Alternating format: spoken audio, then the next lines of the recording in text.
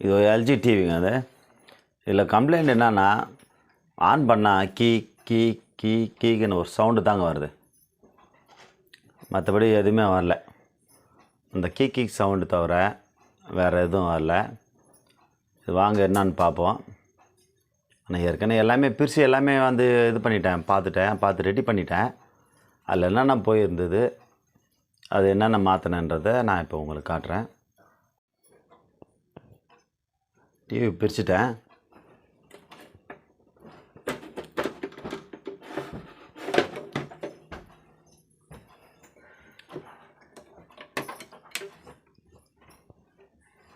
முதல்ல புதுசாக பழகிறவங்க எந்தெந்த ஒயர் எங்கே இருக்குது, எந்தெந்த ஜாக்கு எந்த இடத்துல இருக்குது அப்படின்னு முதல்ல பார்த்து பிரிச்சுக்கணும். இதெல்லாம் 2-3 இருக்கிறதுனால வந்து ஈஸியாக தெரிஞ்சிடும், இது பண்ணிக்கலாம். ஒரு சில பத்தில் நிறைய இருக்கும் ஒயரு, அதெல்லாம் எங்கே இருக்குதுன்னு பார்த்துட்டு அதுக்கேற்ற மாதிரி தான் நம்ம இது பண்ணணும். அது பார்த்து வச்சுக்கணும். இல்லை இந்த மாதிரி வீடியோ எடுத்து வச்சிங்கன்னா கூட நம்ம போடும்போது ஈஸியாக போடலாம். மாற்றி இது போட்டால் திரும்ப ப்ராப்ளம் எதனா வரது வாய்ப்பு இது. வழக்கம் போல் தான் நம்ம என்னென்ன ப்ராப்ளம் பார்ப்போம், ஃபிசிக்கலாக என்ன டேமேஜ் இருக்கான்னு பார்ப்போம். ஆனால் ஃபிசிக்கலாக டேமேஜ் எதுவுமே இல்லை, எல்லாமே நம்ம நல்லா தான் இருக்குது. இது ஐசி நம்பர் பாருங்கள்,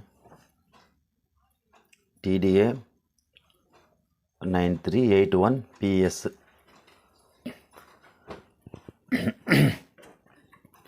இதான் கொஞ்சம் கோல்டாக இருந்ததுனால வாய்ஸ் கொஞ்சம் இதுவாக இருக்குது, கொஞ்சம் அட்ஜஸ்ட் பண்ணிக்கங்க. எல்லாத்தையும் பார்த்தோம், வந்து ஃபிசிக்கலாக டேமேஜ் எதுவுமே இல்லை, வந்து நல்லா தான் இருக்குது.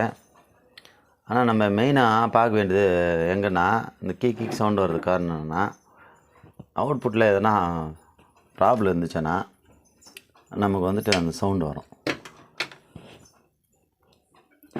பாருங்கள், நான் இது பண்ணி திருப்பி காட்டுறேன்.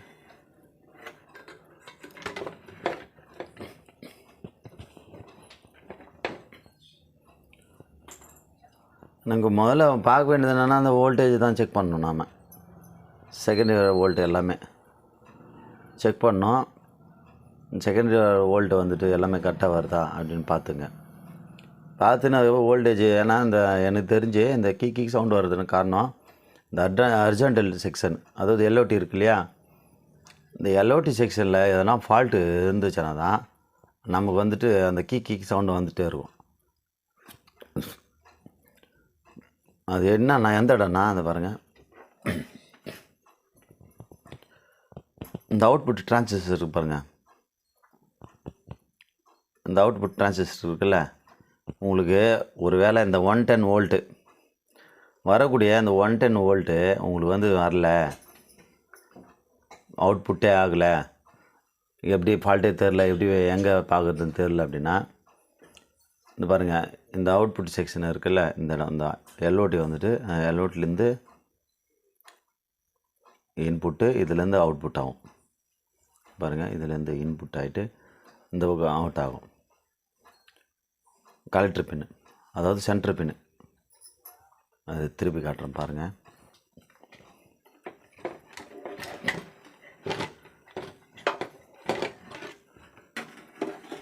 இதுதாங்க, இந்த இருக்கு பாருங்கள், இது வந்துட்டு அவுட்புட் டிரான்சிஸ்டரு. இந்த எல்ஓடி பக்கத்துலேயே இருக்கும் இந்த அவுட்புட் டிரான்சிஸ்டர். அந்த அவுட்புட் டிரான்சிஸ்டரோட சென்டர் பின்னு இந்த இருக்கு பாருங்கள், காட்டுறேன் பாருங்கள்.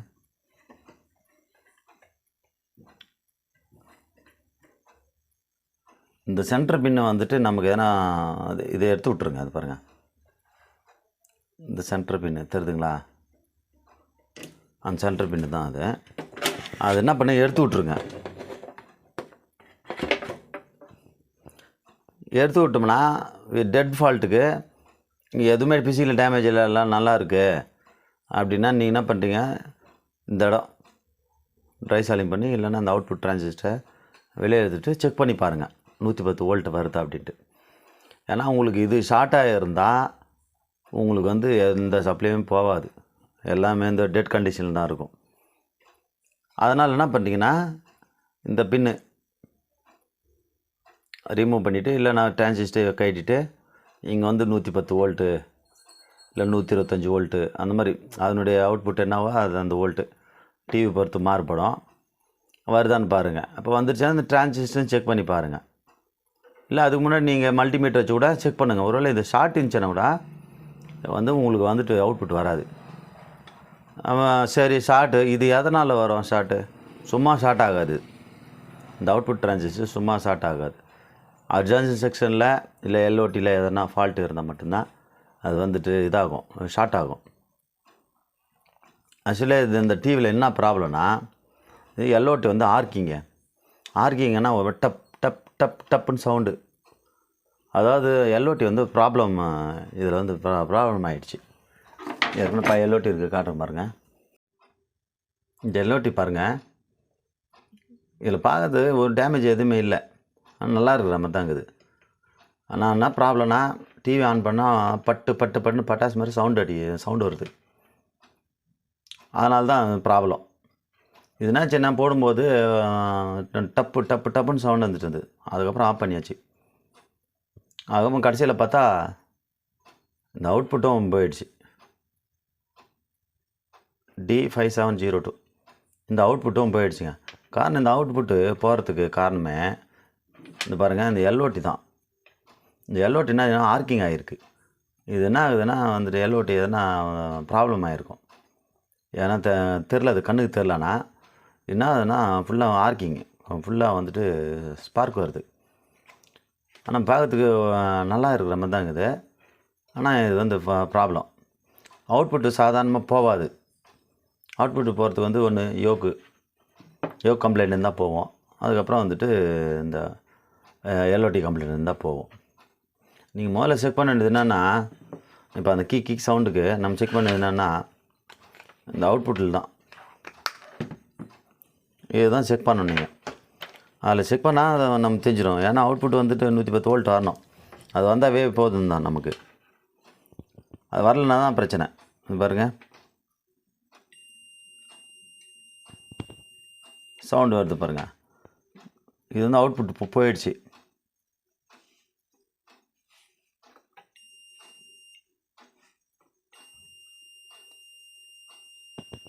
இந்த அவுட்புட் போகாதனால தான் நமக்கு இதாகுது. அது 2 பக்கம் ஷார்ட்டு. இந்த ஆர்க்கிங் ஆனதுனால இந்த அவுட்புட் என்ன ஆச்சு, போயிடுச்சு. இந்த அவுட்புட் போனது தான் அந்த கீன்னு சவுண்ட் வந்துச்சு. அதனால் என்ன பண்ணிட்டேன், காமனாக போகிறது 1803 அதை வந்துட்டு போட்டுவிட்டேன். கொஞ்சம் ஆம்பியர்னால தாங்கும் அது. அதனால் 1803 டிரான்சிஸ்டர் மாற்றிட்டேன். அப்புறம் இந்த எல்ஓடி போயிடுச்சு இல்லையா, இந்த எல்ஓடி வேலை இன்னொரு எல்ஓடி போயிடுச்சு, அதை மாற்றியாச்சு. இன்னொன்று நான் பார்த்தீங்கன்னா இந்த எல்ஓடியில் நம்பரே தெரில பாருங்கள். நான் எவ்வளோ ஃபோட்டோவை ஜூம் பண்ணி விட பார்த்துட்டேன், எல்ஓடி வந்து நம்பரே தெரில. ஆனால் எல்ஜி டிவி எடுத்துட்டா நிறையா இருக்குது, நிறையா வகையான டைப் ஆஃப் மாடல்ஸ் இருக்குது. அதனால் வந்துட்டு அது எது போகிறதுன்னு தெரில. அதனால் நம்ம இது மாதிரி நம்பர் போயிடுச்சு. இதுக்கு என்ன எல்ஓடி போகிறதுன்னு எப்படி கண்டுபிடிக்குதுன்னா, காட்டுறேன் பாருங்கள். இது பாருங்கள், இங்கே ஒரு சேஸ் நம்பர் கொடுத்துட்றான் பாருங்கள், MC019A. இந்த நம்பர் நீங்கள் நெட்டில் போட்டிங்கன்னா இதனுடைய பிளாக் டயக்ராம் வரும். அந்த டயக்ராம் வச்சு நீங்கள் வந்துட்டு இந்த இதுக்குள்ளே இந்த போர்டுக்குள்ள என்னென்ன பார்ட்டுக்குதோ அதெல்லாம் நம்ம வந்து தெரிஞ்சுக்கலாம். பிடிஎஃபாக இருக்கும், அதை டவுன்லோட் பண்ணிங்க. டவுன்லோட் பண்ணால் இது பண்ணிக்கலாம். ஏன்னா எனக்கும் ஆரம்பத்தில் அந்த நம்பர் தெரில. அதுக்கப்புறம் என்னடா போகிறது, எந்த நம்பர் போகிறதுன்னு தெரில. அதுக்கப்புறம் என்ன பண்ணேன், இந்த நம்பர் சேஸ் நம்பர் போட்ட உடனே கரெக்டாக நம்பர் வந்துச்சு. இது பாருங்கள், அதில் நம்பர் இல்லைனா இப்போ இந்த புது இதில் காட்டுறேன் பாருங்கள், புது எல்ஓடி மாற்றிட்டேன் பாருங்கள், 6002K இந்த இது போட்டேன். அதுக்கப்புறம் இங்கே இந்த டிரான்சிஸ்டர்